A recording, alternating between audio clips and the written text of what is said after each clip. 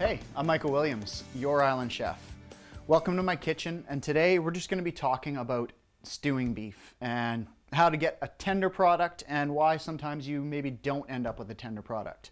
Now, if you're buying the pre-packaged, already cut stewing beef, it's coming from a wide range and a lot of different parts of the animal.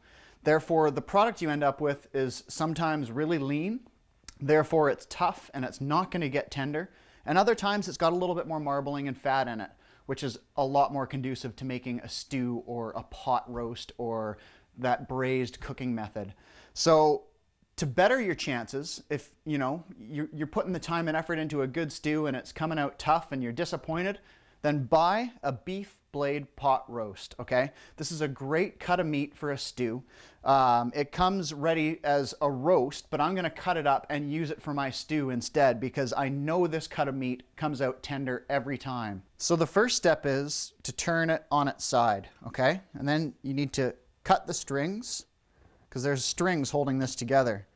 It's not a perfectly beautiful round cut of meat. It's actually forced into that shape so that it looks beautiful for you. Okay, so the beef blade pot roast or beef blade roast, or it's sometimes got a variation of names, is pretty much on par with stewing beef. Sometimes it's a little bit more, sometimes it's a little bit less, depending on what sales are going on. Obviously, the stewing beef is a little bit more convenient because it's already done. We're putting an extra step into this, but it's easy.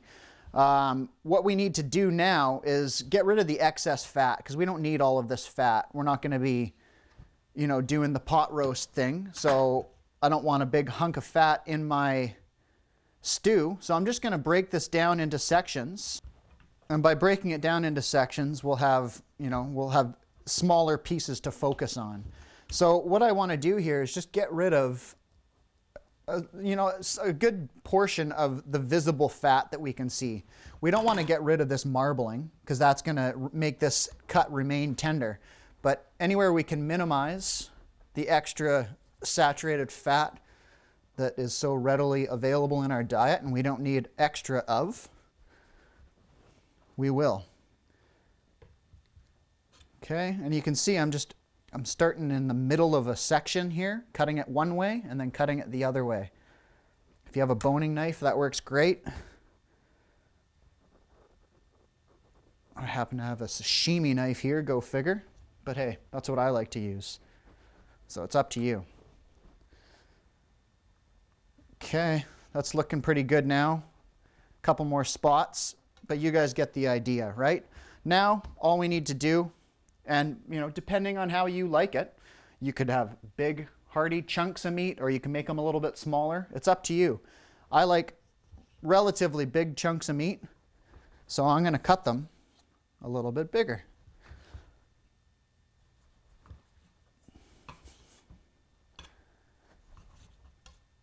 And you'll notice when you're going through this and breaking it down that some pieces are going to be a lot more marbled than others.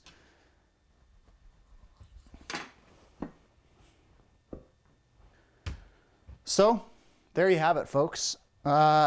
Beef blade pot roast makes a wonderful beef stew.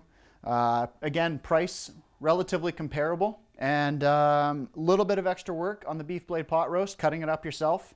Not too much, as you can see, and it might as well worth the extra effort. Keep in mind a little bit of a health compromise because as we saw, it's not quite as lean.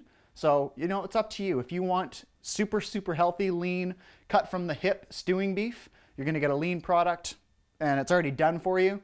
Whereas if you want that down-home comfort food with a little bit of extra fat, then go for the beef blade pot roast and make your own. So that's beef stew. Hey, you got the keys to your own stew now, so you make the choice. Thanks for being with us and see you next time.